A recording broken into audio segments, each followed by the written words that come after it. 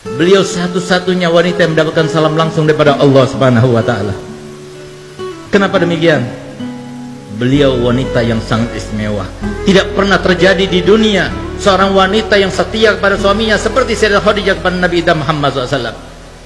Pertama kali beliau kawin dengan Nabi Muhammad. Nabi Muhammad umurnya masih 25 tahun, belum diangkat menjadi Rasul. Maka apa yang diucapkan oleh Sayyidah Khadijah kepada Nabi Muhammad? Wahai Muhammad, engkau kini sudah menjadi suamiku. Maka mulai saat ini, rumahku ini rumahmu, hartaku hartamu, dan aku adalah budak perempuanmu. Beliau ucapkan yang semacam itu bukan cuma ucapan bualan, tapi dibuktikan semenjak beliau menjadi istri Nabi Muhammad, semua karirnya ditinggalkan, semuanya difokuskan kehidupannya hanya untuk Nabi Muhammad. Nabi Muhammad diberikan harta yang banyak, diberikan ini, sodakokan, dipinjamkan, silaturahmi, sampai ketika Nabi Muhammad dianggap menjadi seorang Nabi dan Rasul, beliau sudah tidak punya.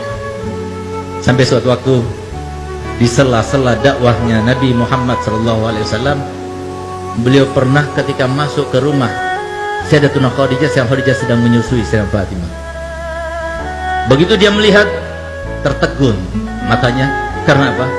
Ternyata air susu yang diminum oleh Sayyidah Fatimah berwarna putih bercampurkan merah. Kenapa? Karena beliau sekeluarga Nabi Muhammad dengan Sayyidah Khadijah dan Sayyidah Fatimah tidak makan 3 hari 3 malam, sehingga tidak keluar lagi air susu yang berwarna putih. Di saat itulah Nabi Muhammad SAW meneteskan air mata, tertegun. Tapi setelah itu, seperti kebiasaannya, setelah selesai Sayyidah Fatimah diletakkan tidur, maka Nabi SAW seperti biasanya tidur di atas pangkuan Sayyidatuna Khadijah.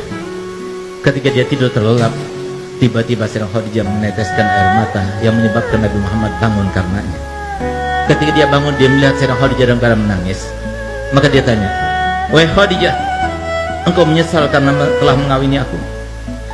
Apa jawabannya? "Tidak, wahai kekasihku. Tidak, wahai kekasihnya Allah.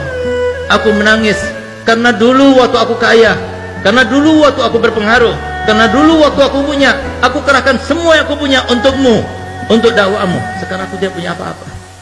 Aku yang membantumu, aku tidak punya apa-apa.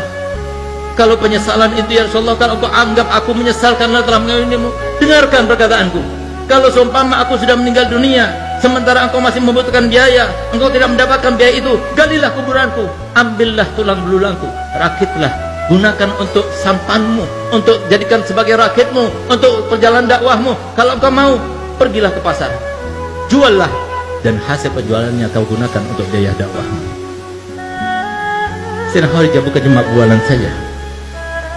Sampai detik-detik akhir umurnya, ketika beliau dalam keadaan sakaratul maut, yang bahkan beliau tersenyum pun sudah tidak bisa, yang dengan kesaksian Nabi Muhammad dan sumpahnya Nabi Muhammad, "Demi Allah, seumur hidupku aku tidak pernah melihat Sayyidah Khadijah melakukan suatu tindakan, mengucapkan suatu ucapan yang membuat hatiku risau dan galau karenanya.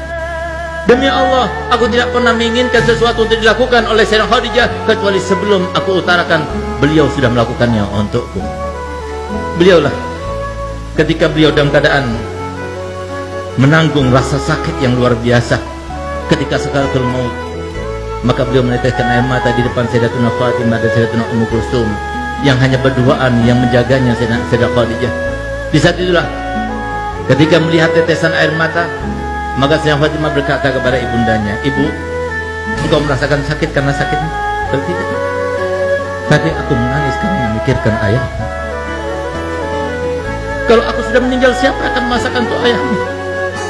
Siapa akan mencucikan baju untuk ayahmu? Siapa akan menyenangkan hati ayahmu? Siapa akan menghilangkan gundah ayahmu?" Maka Sayyidah Fatimah berkata, "Ibu, semua yang kau lakukan, aku akan melakukannya untuk ayahku." Subhanallah, sehingga pantas Sayyidah Fatimah dijuluki oleh ayahnya Ummu Abiha, ibu dari ayahnya sendiri. Setelah Sayyidah Khadijah meninggal dunia, semua yang dilakukan oleh Sayyidah Khadijah, semuanya dilakukan oleh Sayyidah Fatimah. Subhanallah, di saat-saat beliau sedang berkeluh kesah semacam itu, tiba-tiba terdengar suara ketukan yang sangat halus, tidak keras, tidak mengagetkan mereka. Begitu kedengaran suara ketukan yang sangat halus tersebut, maka langsung isi rumah itu Sayyidah Khadijah, Sayyidah Fatimah mengatakan, "Ayahmu datang, bangunkan aku, bangkitkan bangunkan aku. Sayyidah Khadijah duduk sudah tidak kuat, tapi minta pada Fatimah supaya ditopang dengan lututnya, supaya kelihatan seakan-akan dia duduk. Yang tadinya wajahnya bersenyum saja tidak bisa, dipaksakan untuk tersenyum. Sehingga ketika Nabi Muhammad datang melihat Sayyidah Khadijah dalam keadaan semacam itu, dikiranya oleh Nabi Muhammad Sayyidah Khadijah dalam keadaan sudah baik, sudah enakan. Maka Nabi Muhammad, kalau begitu aku akan meneruskan dakwahku. Dia keluar kembali. Setelah keluar beberapa langkah ke depan, tiba-tiba Sayyidah Fatimah membuka lagi pintunya dan memanggilnya, Abah, Abah, ibu sudah meninggal dunia. Sampai detik-detik akhirnya tidak mau melihat Nabi SAW dalam keadaan risau. Inilah akhlak ahlul bait. Ini akhlak yang diajarkan Nabi Muhammad SAW kepada anaknya, kepada istrinya. Semuanya berkorban untuk apa? Meraih ridho